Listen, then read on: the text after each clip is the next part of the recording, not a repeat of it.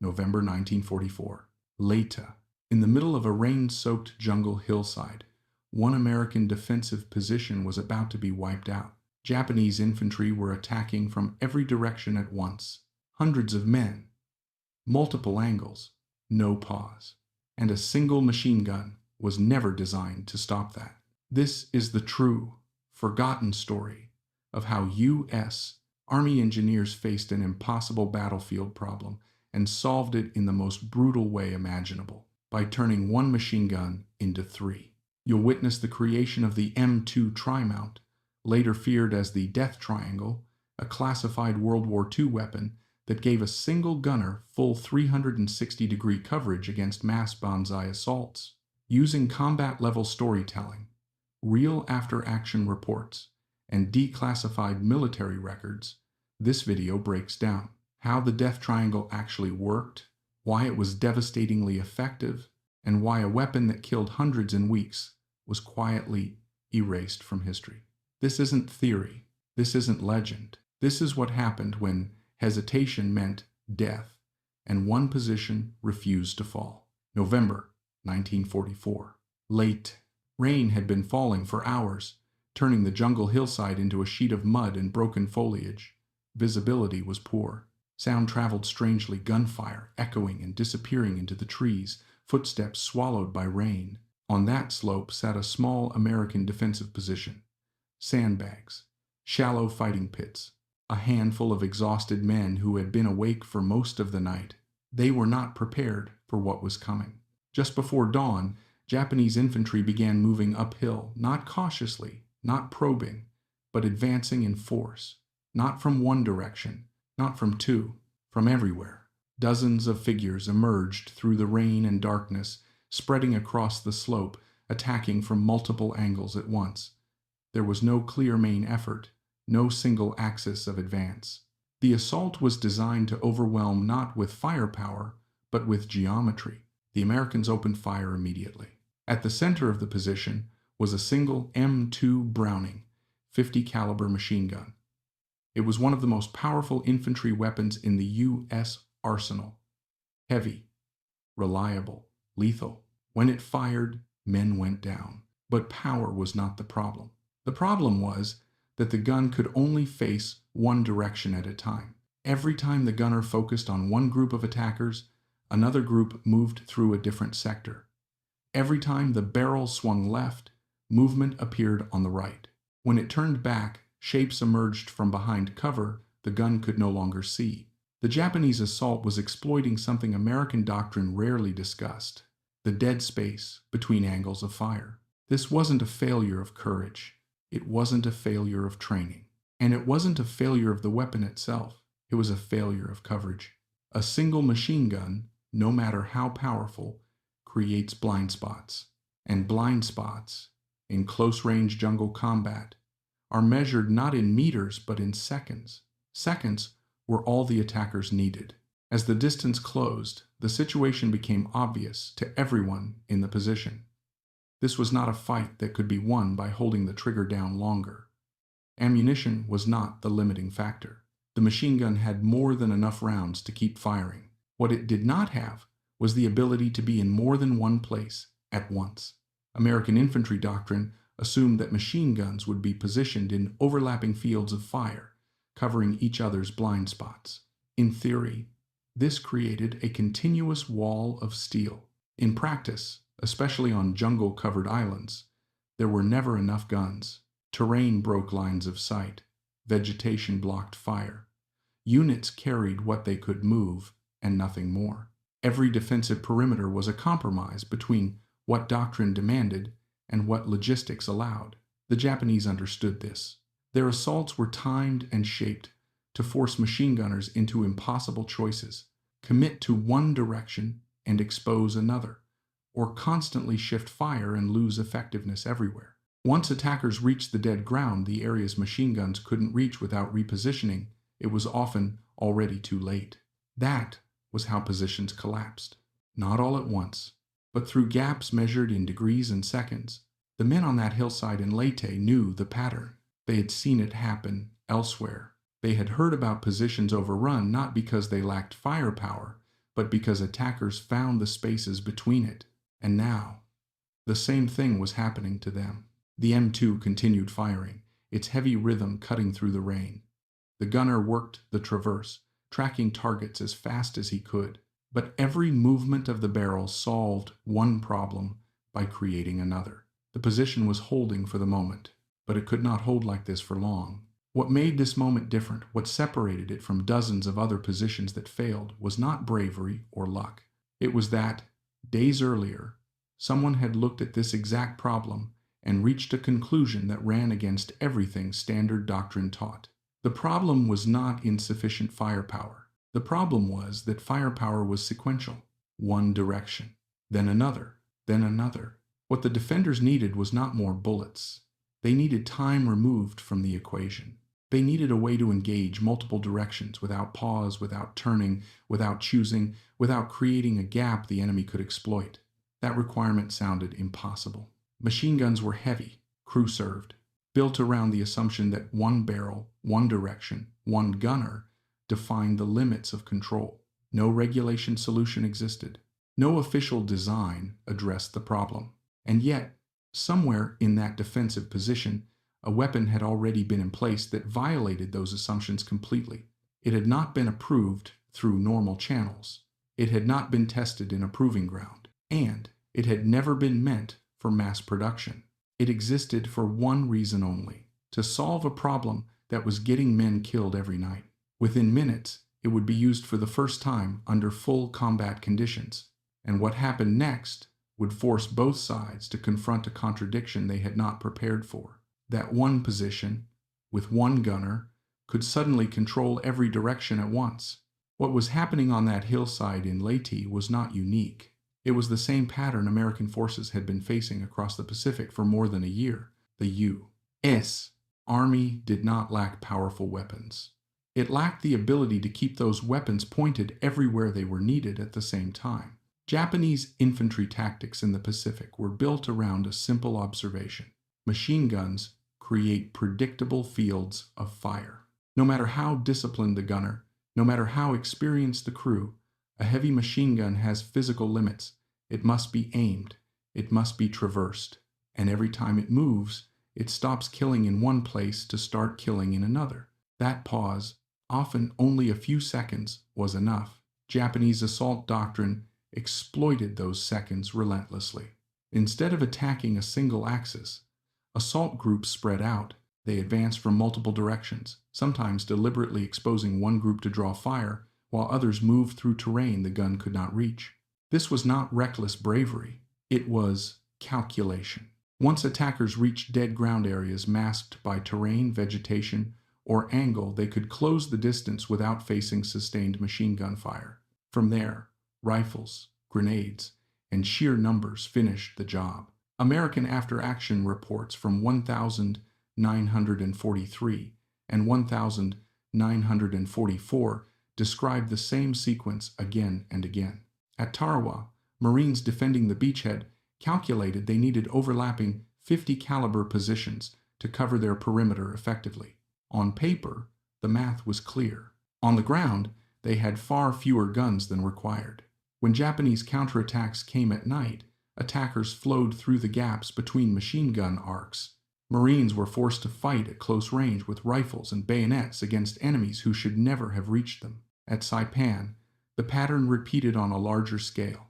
In July 1944, thousands of Japanese soldiers launched one of the largest mass assaults of the Pacific War. American machine gun positions were placed exactly where Doctrine said they should be. The problem was that Doctrine assumed the enemy would attack where it made sense. They didn't. Instead of concentrating on likely approaches, Japanese forces attacked everywhere at once. Machine gunners faced an impossible decision: maintain disciplined fire on assigned sectors while enemies moved around them, or break discipline and chase targets, opening new gaps with every turn. By morning, hundreds of American soldiers were dead. Many had been killed by attackers who had simply walked through spaces no machine gun was covering at that moment. The lesson was obvious to anyone reading the reports. The battlefield problem was not firepower density. It was angular coverage over time. Heavy machine guns were devastating within their arcs, but those arcs were narrow compared to the space they were expected to control. To defend a 180-degree perimeter, Doctrine demanded multiple guns positioned to overlap, but jungle warfare made that ideal almost impossible. Machine guns were heavy. Each M2 weighed over 80 pounds. Tripods added more weight. Ammunition was heavy, bulky, and consumed rapidly in defensive fighting. Transporting even one gun into position required multiple men. Moving 3 or 4 into the same sector often wasn't feasible. Infantry units carried what they could, and what they carried was never enough. Supply lines stretched thousands of miles across the Pacific. Every additional weapon competed with food, medical supplies, and ammunition for limited shipping space. Reinforcements didn't arrive on demand. Commanders requested more guns. They were told none were available, and so the same problem kept killing men. In reports written after failed defenses, officers rarely blamed individual soldiers or weapons. Instead, they described positions being overwhelmed through uncovered sectors or via approaches masked from machine gun fire. 1. These were clinical phrases for a brutal reality. A position could be strong in one direction and fatally weak in another without anyone inside it doing anything wrong. The geometry of the fight favored the attacker. Every night, defense became a race against angles and seconds. Every time a gunner shifted fire, he was gambling that nothing critical would happen in the direction he could no longer see. Sometimes the gamble held. Often it didn't. By late 1944, experienced American commanders understood this pattern intimately. They had watched it play out across multiple islands, under different conditions, with different units, and always with the same result when coverage failed. What made the situation unbearable was that no official solution existed. Doctrine called for more guns. Logistics couldn't provide them. Training emphasized discipline, but discipline couldn't erase blind spots. The problem was structural, and structural problems do not disappear through courage or repetition. They require redesign. That redesign did not come from headquarters. It did not come from weapons factories, and it did not come from new technology. It came from men who were watching the same thing happen over and over and refusing to accept that nothing could be done. Somewhere behind the lines, far from approval boards and testing facilities, a small group of engineers reached a conclusion most planners never considered. If machine guns could not be multiplied fast enough, then the gun itself would have to change. Not in caliber, not in rate of fire, but in how it controlled space. The idea was crude, heavy, and completely outside doctrine. It violated assumptions about crew-served weapons, mobility, and ammunition consumption. But it addressed the one problem that kept appearing in every after-action report: the fatal gap between where a gun had been firing and where the enemy moved next. In the rain and darkness of Leyte, that idea had already been turned into steel. And in the next phase of this story, it would be revealed for the first time, not in theory, but under fire. The solution to the problem did not come from doctrine. It came from frustration. By the fall of 1944, U.S. forces fighting across Leyte were exhausted not just physically, but intellectually. They were fighting the same battles night after night, watching the same failures repeat themselves, and reading the same conclusions in after-action reports. The enemy wasn't stronger.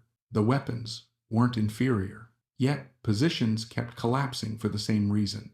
Somewhere behind the front lines, a small group of U.S. Army engineers began asking a different question. Not how to add more machine guns, but how to remove the pause between them. They understood what the reports never said directly. The battlefield was not being lost to lack of firepower, but to time. Every second a machine gun spent turning was a second the enemy could move without being killed. That realization led to a conclusion that sounded wrong the moment it was spoken. What if the gun didn't need to turn at all? What if the limitation wasn't the weapon but the way it was mounted? The M2 Browning was already lethal. It already fired one of the most powerful cartridges carried by infantry. Its reliability was unquestioned. Changing the gun itself made no sense. Changing how it controlled space did. The idea that emerged was not elegant. It was heavy. It was inefficient by conventional standards, and it violated almost every assumption about how crew-served weapons were supposed to be used. Instead of treating a machine gun as a single directional tool, the engineers treated it as a node, a center point from which multiple lines of fire could radiate outward at once. If one gun couldn't be everywhere, then multiple guns would have to act as one. The first sketches were crude: 3M, 2 Brownings arranged around a central axis, separated evenly so that each faced a different direction. Not clustered tightly together, but spaced far enough apart that heat, recoil, and mechanical stress wouldn't immediately tear the system apart. Each gun would retain its own barrel, feed system, and operating mechanism. Nothing internal would change. That mattered. If one gun jammed, the others would still function. The real challenge was control. 3 guns firing independently were useless if they couldn't be managed quickly. Switching between them had to be faster than rotating a standard mount. Otherwise, nothing would be gained. The engineer's answer was brutally simple. 1 operator, 1 control position, 1 decision point. Instead of moving the weapon, the operator would move the selection.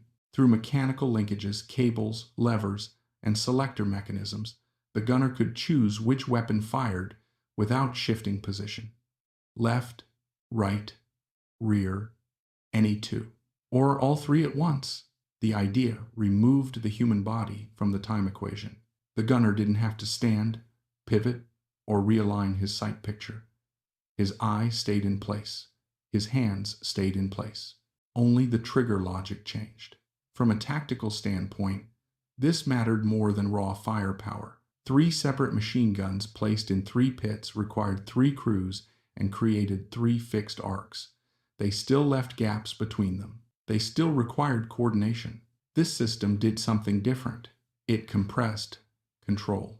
A single operator could engage multiple directions sequentially in seconds or deny all of them simultaneously. The weight was extreme. Fully assembled, the system weighed several hundred pounds once ammunition was loaded. It could not be moved easily. It was never meant to be. Mobility was sacrificed deliberately. This was a defensive weapon, built to be emplaced once and trusted to hold ground that would otherwise require multiple positions and dozens of men. Ammunition consumption was another problem. 3 guns could burn through belts of 50 caliber ammunition at a terrifying rate if used carelessly. The engineers knew this. They designed a system to be used conservatively, 1 gun at a time during most engagements, with all 3 reserved for moments when collapse was imminent. It was not a weapon meant to win battles through sustained fire. It was meant to break attacks at the moment they mattered most. The men who built it understood the risks. The mount might warp under recoil. The bearings might seize. The control linkages might fail under stress. No proving ground could replicate what jungle combat would do to a system like this. Mud, rain, heat, shock. There was only one way to find out if it worked. Put it where men were dying. That was how the system arrived at Firebase Delta. 2 days before the Japanese assault, a 6-man ordnance team hauled the components uphill under canvas covers. No announcement, no ceremony, just steel, tools, and quiet urgency. The weapon was assembled in place. A circular pit was dug. The base was leveled and reinforced to prevent movement under recoil. Sandbags were stacked high. Ammunition was staged within arm's reach. The final product did not look like a standard machine gun position. It looked wrong. 3 heavy barrels pointed in different directions from a single mass of steel. Too large, too exposed, too complicated. Some of the infantry watching it being emplaced were skeptical. Others were silent. Everyone understood one thing. If it failed, it would fail catastrophically. If the mount shifted, the entire position could be compromised. If the system jammed under fire, there would be no backup. If the concept itself was flawed, the engineers would have delivered a liability instead of a solution. But the alternative, doing nothing, was already killing men. By the night of November 17th, the system was operational. 3 guns, loaded. Controls tested, bearings greased, ammunition stacked. No one knew what would happen when the attack came. They only knew that when it did, the old rules would no longer apply. The next phase of the story would not be written by engineers or planners. It would be written in seconds, under fire, on a rain-soaked hillside, when a single gunner faced an attack designed to break him. And for the first time, he would not have to choose which direction to defend. 3:52 hours. November 17th, 1944. The rain hadn't stopped. It had grown heavier. Mortar rounds began to fall around the perimeter, thudding into the mud with dull, concussive blasts. Dirt and water rained down into the fighting pits. Shrapnel snapped through leaves and sandbags. Marcus Chen reached the new position at a run, sliding into the circular pit as another explosion hit uphill. The weapon was already loaded. 3 ammunition belts fed cleanly into 3 guns. The controls were centered. Down the slope, movement multiplied. This wasn't a probe. Through the rain, Chen counted silhouettes, first dozens, then more. Japanese infantry were advancing in 3 distinct groups, spreading out deliberately. Northeast, east, southeast. Exactly what the engineers had predicted. Sullivan leaned into the pit beside him, hands already on the ammunition boxes. "They're coming fast," he shouted. Chen didn't answer. He was doing math. Distance, slope, rate of movement. At least 180 attackers, possibly more. 3 axes of advance. Time to hit simultaneously. If this had been a standard M2 position, the outcome would already be decided. He took the controls. "Northeast first," Chen said. "They're closest." End quote. He selected the left gun and squeezed the trigger. The M2 erupted, its heavy rhythm punching through the rain. Tracer rounds arced downward, marking the line of fire. Men at the front of the northeast group dropped immediately. Others scattered, diving for cover behind trees and shell craters. Chen counted to 3 and released the trigger. The gun fell silent. Without shifting his body or breaking his sight picture, he rotated the platform slightly and switched selection. The front gun opened up on the eastern group. Another short burst. More figures went down. The attackers hesitated just long enough for Chen to move again. Right gun. Southeast. 3 directions. 3 bursts. 1 position. 12 seconds. The Japanese assault stalled not because it had been stopped, but because it had lost coherence. The attackers had expected a pattern.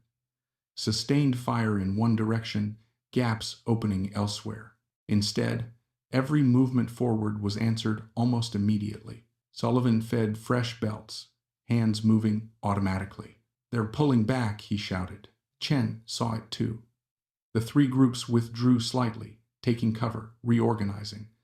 Officers moved among them, shouting orders. The rain softened the sounds, but the intent was clear. They were adapting. For a moment, the slope went quiet except for distant mortar fire and the steady hiss of rain. The attackers were reassessing, trying to understand the fire pattern they were facing. Then they made their decision. At 3:56, all 3 groups surged forward at once, not in waves, not sequentially, simultaneously. It was the exact maneuver that had broken American positions across the Pacific. Overwhelm the gunner's ability to choose, force him to commit, exploit the gap. Chen did not hesitate. He flipped the selector. All 3 guns fired. The sound was overwhelming, not louder, heavier. A sustained, crushing roar that flattened everything in front of it. 3 streams of .50 caliber fire overlapped, sweeping across the slope in intersecting arcs. 30 rounds per second. Steel and lead tearing through rain, foliage, and flesh. Palm trunks splintered. Sandbags disintegrated. Men trying to dive for cover ran directly into fire from another angle. There was no safe direction to move. The geometry of the slope worked against the attackers now. The angle that had once shielded them became a funnel. 15 seconds. That was all it took. The assault collapsed. Men fell. Others crawled backward, dragging wounded comrades. Some simply lay still where they had been caught in the open. The slope was alive with movement, then suddenly wasn't. Chen released the trigger. The guns stopped together. The sudden silence was disorienting. His ears rang. The barrels steamed in the rain. The platform hadn't shifted an inch. How many? Chen asked. Sullivan scanned with binoculars as dawn began to creep into the sky. Confirmed 70 plus down, he said. More wounded. Chen nodded once. The belts were still feeding. No jams, no misfires. The system had held. The attackers did not retreat far. At 4:23, a smaller group probed from the north. Chen rotated the platform 90 degrees and engaged with the rear gun. 8 seconds of fire. The probe disintegrated. At 5:37, as the rain eased and visibility improved, a final push came from the east. Fewer men this time. Desperate, Chen selected 2 guns and walked the fire across their advance. The attack dissolved before it reached grenade range. By full daylight, the hillside was still. The numbers were grim. Around Firebase Delta, approximately 127 Japanese soldiers lay dead. Dozens more had been wounded and pulled back during the night. The attackers had numbered over 200. American casualties at the position. 2 wounded by mortar fragments.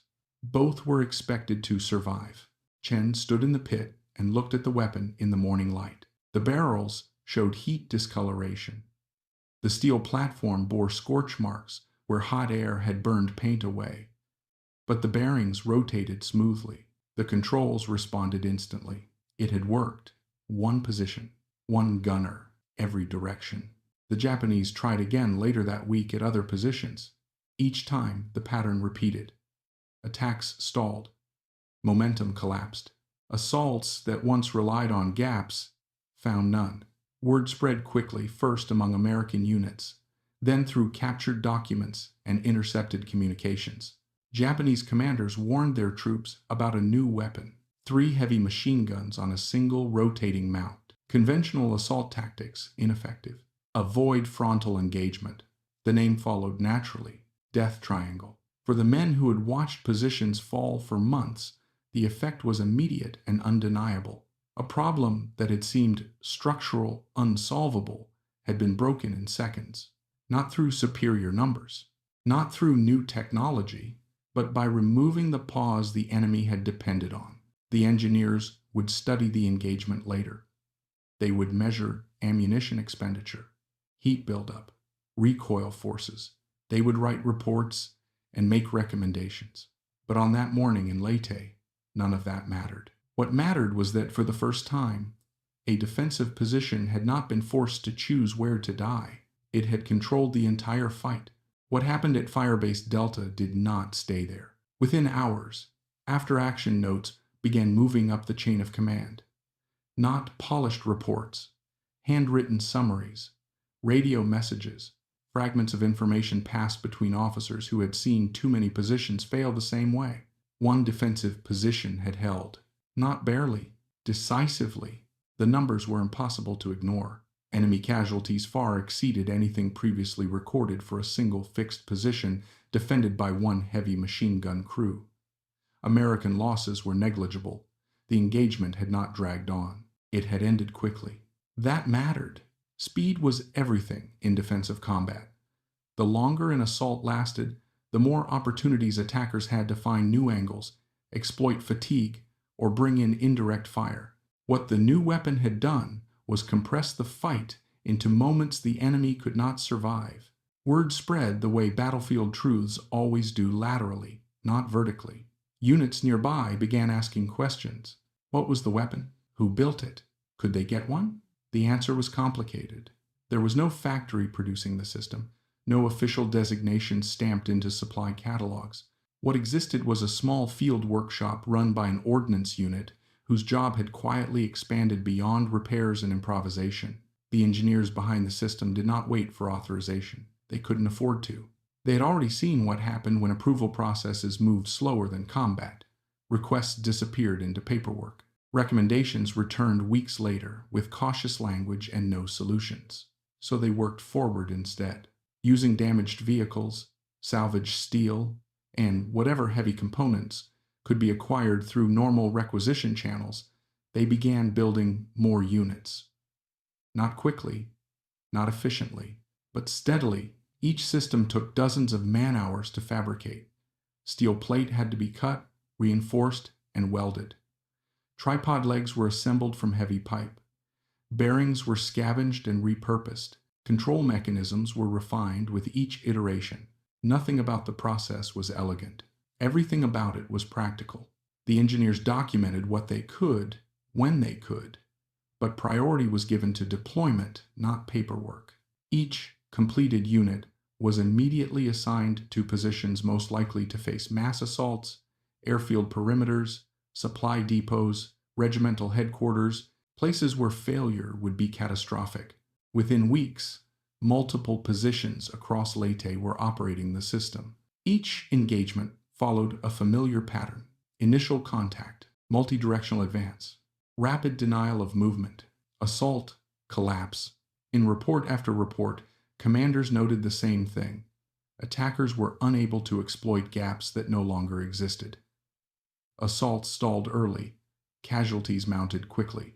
Momentum disappeared. The weapon did not make American positions invulnerable. Mortars and artillery remained threats, but it removed the most reliable method attackers had used to break through, forcing defenders to choose where to fight. The Japanese noticed. Captured documents and prisoner interrogations began to reference a new American defensive weapon. Descriptions varied, but the core details were consistent. 3 heavy machine guns, single mount, rotating, extremely dangerous. More importantly, the documents acknowledged something critical. Traditional assault tactics were ineffective. That admission mattered. Japanese infantry doctrine had been refined over years of combat against predictable defensive systems. It depended on exploiting momentary weaknesses created by weapon movement and human reaction time. The new system attacked those assumptions directly. It didn't overwhelm attackers with sustained fire. It denied them timing. As a result, enemy units began avoiding positions suspected of being equipped with the weapon. Some attacks shifted to indirect fire.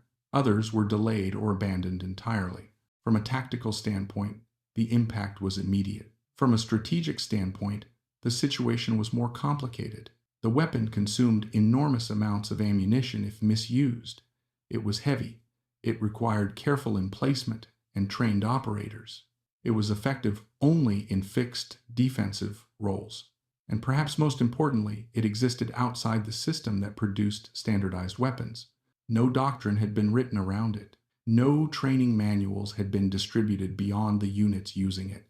No factories had been tasked with scaling production. As the fighting moved north and American forces transitioned from defensive holding actions to offensive operations, the conditions that had made the weapon essential began to change. The terrain opened up. Units advanced. Static defense gave way to mobility. A weapon that excelled at holding ground suddenly became a liability when ground had to be taken. Some units continued using the system to protect rear area facilities. Others dismantled it when rapid movement became necessary. The engineers could not produce replacements fast enough to justify formal adoption. Requests for evaluation finally reached higher headquarters. The responses were cautious. The concept was interesting. The results were impressive. But the system did not align with the direction the war was taking. Weight, complexity, ammunition demands, all valid concerns. By early 1945, production slowed. The field workshop closed as the ordnance unit was reassigned. Existing systems remained in use where they were already in place, maintained by crews who understood them. No new units were built. The weapon had spread without permission. And now, it was fading without ceremony. Yet its impact remained. In dozens of engagements over a short period, it had changed outcomes that once seemed inevitable. It had turned positions that would have collapsed into anchors that held. The question that lingered, one that would not be answered for decades, was not whether the weapon worked. It was why something that worked so well, at exactly the moment it was needed, could disappear so completely. The answer lay not on the battlefield, but in the tension between innovation and doctrine, between solutions built for immediate survival and systems designed for long-term war. That tension would ultimately decide the fate of the Death Triangle. To understand why the Death Triangle was so effective, you have to stop thinking about weapons and start thinking about time. Most accounts of combat focus on firepower, caliber, rate of fire, range. Those factors mattered, but they were not decisive here.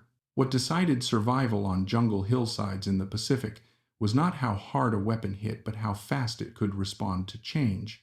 Every standard machine gun position suffered from the same hidden weakness.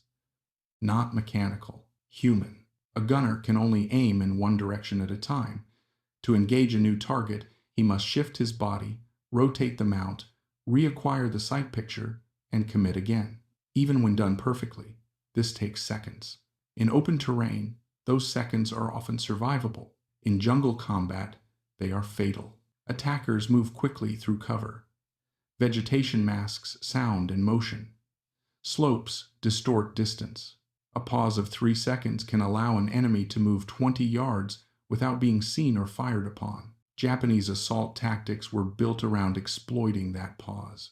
They did not rely on superior firepower. They relied on synchronization. Multiple groups advancing from different angles forced machine gunners into a constant cycle of decision and movement. Every decision created an opening somewhere else. The Death Triangle attacked that weakness directly. It did not make the gunner faster. It removed the need for him to move at all. By fixing 3 guns at predetermined angles and allowing selection through a single control point, the system separated target engagement from physical repositioning. The gunner's body became irrelevant to timing. His eye stayed in place. His stance stayed stable. Only his finger moved. This compressed time in a way attackers could not counter. Instead of waiting for a gun to swing, the enemy encountered immediate fire from a different barrel. What had once been a predictable rhythm, fire, pause, fire became continuous denial of movement. From the attacker's perspective, this was disorienting. Assault doctrine assumed machine guns behaved sequentially. When that assumption failed, coordination broke down. Groups that advanced expecting covering gaps suddenly found themselves exposed from multiple angles at once. Men who moved to avoid fire from one direction ran directly into fire from another. This was not increased lethality through volume. It was increased lethality through geometry. The angles mattered as much as the bullets.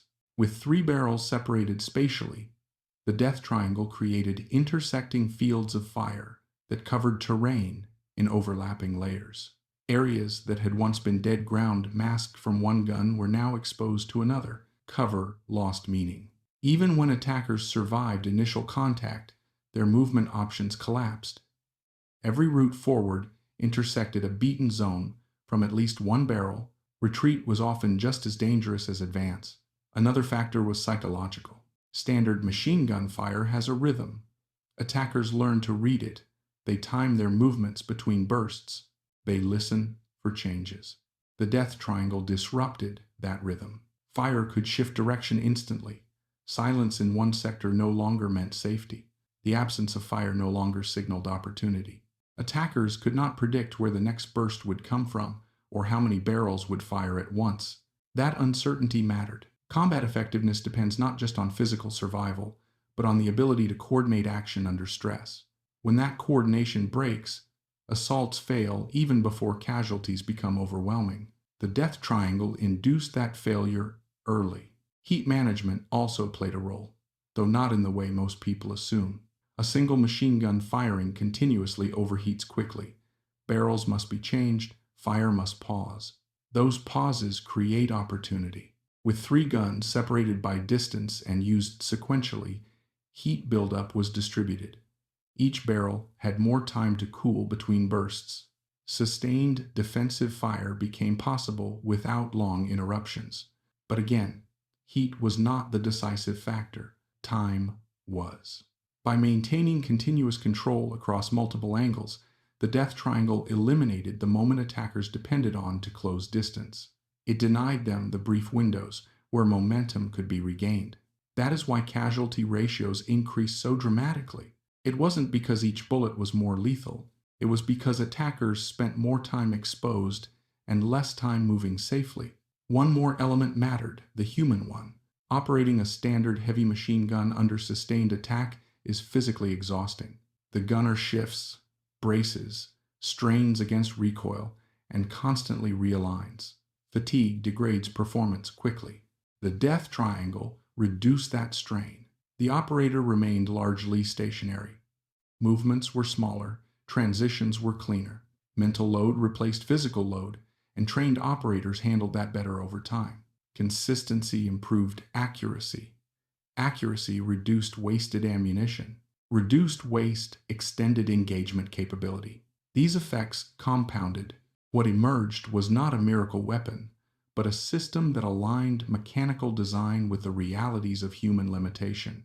It accepted that people cannot move fast enough under fire, so it stopped asking them to. This is why the death triangle worked where Doctrine failed. Doctrine assumed ideal conditions, ideal spacing, and ideal resources. The death triangle assumed none of those things. It assumed men were tired. It assumed terrain was hostile. It assumed attackers would adapt quickly. And it built a solution that removed the one advantage attackers consistently exploited: time. That same focus on time also explains why the weapon had limits. It was heavy because mass provided stability. It consumed ammunition because continuous denial required sustained readiness. It was immobile because mobility would have reintroduced the very delays it was designed to eliminate. The death triangle was optimized for a narrow problem, and within that problem, it was devastating. Outside it, less so. Which leads to the final question. If the death triangle solved such a lethal problem so effectively, why did it vanish? Why wasn't it refined, standardized, and carried forward? The answer has less to do with engineering and more to do with how wars evolve. And that is where the story goes next. The death triangle did not disappear because it failed. It disappeared because the war changed. By early 1945, the nature of combat in the Pacific was shifting. American forces were no longer holding isolated defensive positions night after night. They were advancing, pushing inland, taking ground, forcing the enemy to retreat. Static defense was becoming less relevant, and the death triangle was built for one purpose only: to hold ground when everything else failed. Its strengths were inseparable from its weaknesses. The system was heavy. Once in place, it was not meant to move. Relocating it required time, manpower, and favorable conditions, luxuries that offensive operations rarely allowed. As units began advancing rapidly, commanders faced hard choices. Carrying the death triangle forward meant slowing down entire formations. Leaving it behind meant abandoning a weapon that had already proven its value. In mobile warfare, speed mattered more than perfect coverage. There was also the question of ammunition. Defensive engagements justified high ammunition expenditure because the alternative was collapse. Offensive operations did not. Supplying a system that could consume hundreds of rounds in minutes was difficult to justify when lines were moving daily. From a logistical standpoint, the death triangle made sense only when holding a fixed point was critical. From a strategic standpoint, the war was moving past that phase. Then there was doctrine. Military doctrine does not change quickly. It is built around standardization, repeatability, and long-term planning. The death triangle fit none of those categories. It was improvised. It was built outside normal channels, and it existed without formal approval. While reports acknowledged its effectiveness, they also noted its incompatibility with existing organizational structures. Training programs were not designed around it. Supply systems were not prepared to support it. Factories were not set up to produce it at scale.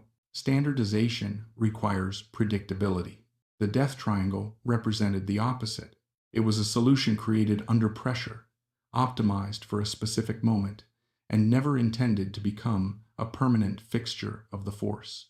As the war neared its end, attention shifted toward weapons that supported future conflicts: lighter systems, greater mobility, integration with mechanized units. The death triangle did not fit that vision. After Japan's surrender, the remaining systems were gathered for evaluation. Technical teams tested them, measured their performance, and documented their design. The conclusions were consistent. The system was effective in fixed defensive roles. It dramatically reduced vulnerability to multi-directional infantry assaults. But its weight, complexity, and logistical demands exceeded acceptable limits for general adoption. The recommendation was clear: do not standardize. And so the systems were dismantled. The machine guns were returned to inventory. The mounts were broken down. The documentation was classified and archived. There was no ceremony, no announcement, no recognition. The death triangle became an administrative decision. What followed was not deliberate erasure, but something quieter and in many ways more effective: silence. The engineers who built it returned to their regular duties. The soldiers who used it went home. Their experiences became stories told in small circles, without photographs or official references. Without documentation, those stories sounded exaggerated. 3 heavy machine guns on one mount, one gunner controlling every direction. Hundreds of attackers stopped in minutes. It sounded like myth, and in the absence of evidence, myths fade. For decades, military histories focused on standardized weapons and major battles. Improvised systems built in the field rarely received attention unless they led directly to post-war development. The death triangle did not. Its influence was indirect, subtle, spread across ideas rather than blueprints. Later, multi-barrel systems would solve different problems using different mechanisms. They would be designed for aircraft, vehicles, and sustained fire far removed from jungle hillsides and sandbagged pits. The core insight remained, but the origin was forgotten. That is often how battlefield innovation ends, not with failure, but with irrelevance. The death triangle was not timeless. It was precise. It solved a lethal problem during a narrow window of the war. When that window closed, the system lost its purpose. Yet during that window, it mattered enormously. It held positions that would have fallen. It saved lives that would have been lost. And it forced an enemy to abandon tactics that had worked for years. Those effects do not always leave monuments. They leave survivors. The reason the death triangle vanished from history is not because it was wrong, but because it was right for a moment that passed. Wars reward adaptability, but they remember standardization. Improvised solutions live and die by circumstance. When circumstances change, they disappear quietly, taking their lessons with them unless someone chooses to look back. For more than half a century, almost no one did, until classified archives were opened, until reports were re-examined, until photographs emerged. And suddenly, a weapon that had existed for only months returned not to the battlefield, but to memory. The death triangle did not reshape the war. It did something smaller and more important. It changed outcomes when outcomes mattered most, and then it stepped aside. Because history does not always remember what saved lives. It remembers what lasted. For more than 50 years, the death triangle existed only as rumor.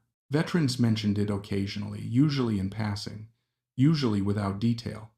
3 heavy machine guns on one mount, one man controlling all directions. Attacks stopped cold.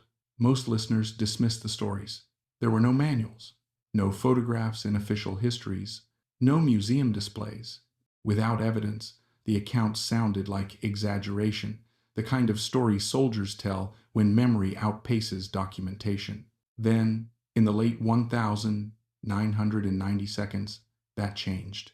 As part of a broader declassification of World War II experimental weapons programs, archived ordnance files were quietly released. Boxes that had not been opened in decades were cataloged and reviewed. Inside them were reports no one expected to find, technical diagrams, manufacturing notes, after-action summaries, and photographs.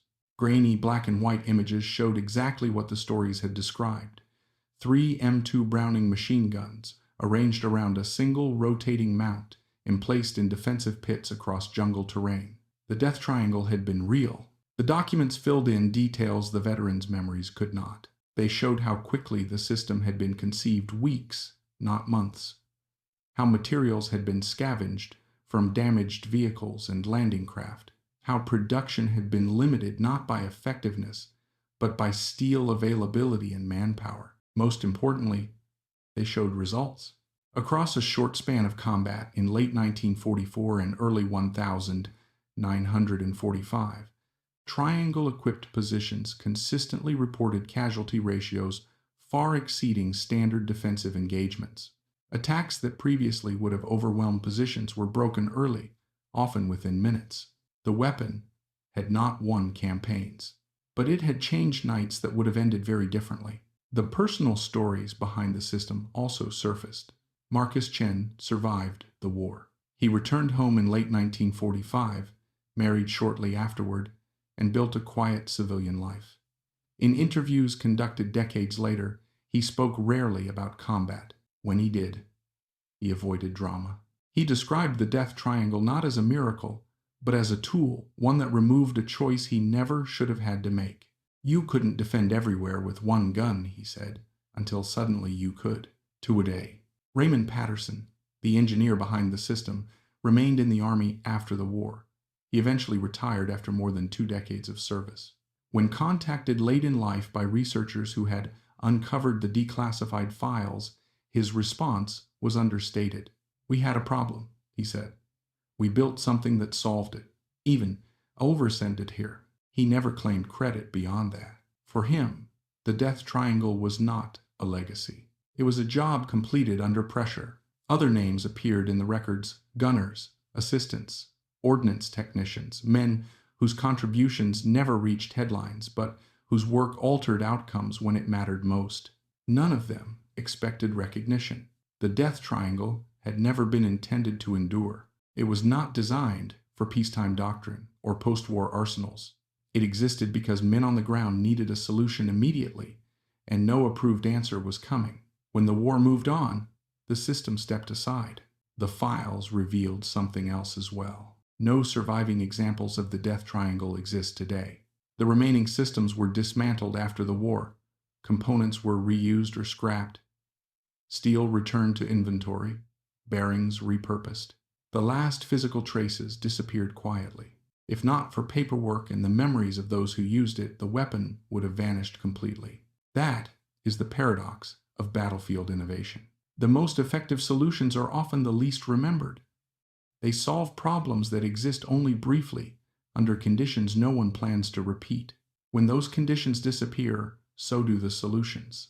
The death triangle was never elegant. It was never efficient. It was never meant to be permanent. But for a few critical months, it worked. It stopped attacks that had previously broken defenses. It removed a vulnerability attackers had relied on, and it saved lives without changing the course of the war. History often celebrates what reshapes the future. It rarely pauses for what holds the line. The death triangle did exactly that. It held ground when ground could not be lost. It denied time to an enemy who depended on it. And when its moment passed, it faded, leaving behind only scattered documents and quiet recollections. Today, understanding the death triangle changes how we see those battles. It reminds us that wars are not decided only by grand strategies or mass production. They are decided, sometimes, by small groups of people who refuse to accept that nothing can be done. People who see a flaw no one else wants to acknowledge and build something heavy, imperfect, and brutal enough to close it. That is what happened on a rain-soaked hillside in Leyte. Not legend, not myth, a solution built in time.